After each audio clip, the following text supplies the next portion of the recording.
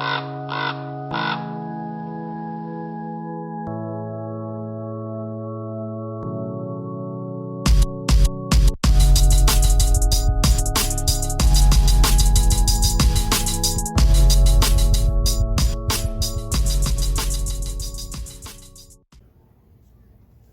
that are friendly, it's me, the Necrofessor, and today I'm going to show you how to do the Catacomb walls.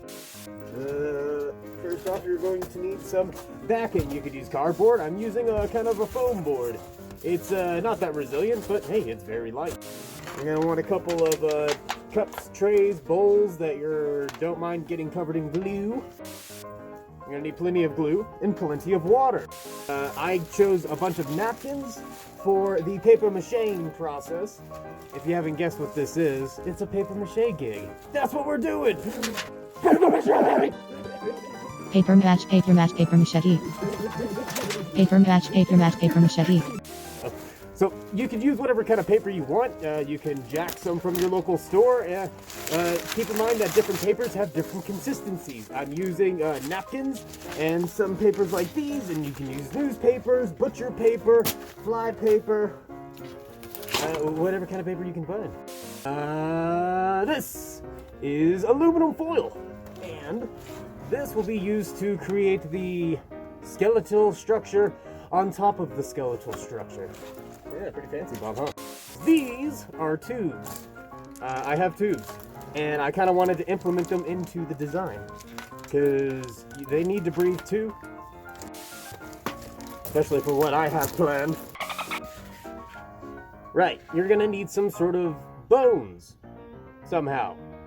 Get them, however you can. Now, if you can't get a hold of an actual human skull for legal reasons, then I suggest just picking some up at the store, or perhaps making your own. These are some that I grabbed. This is kind of a foamy one. This is kind of a plasticky one. I like the shape of them, and you can use any kinds of skulls you have laying around, or like a little baby skull. And if you're a fan of collecting bones from places legally and naturally, not by destroying things and making them to where you can access their bones. That's not right. Don't do that. But you know what I mean. If there are bones laying around and it's been there for a while, nobody's using them, you can clean them up and use them for your own purposes if you're into that kind of thing. And who isn't really, to be honest? You're not part of the cool club if you don't collect bones.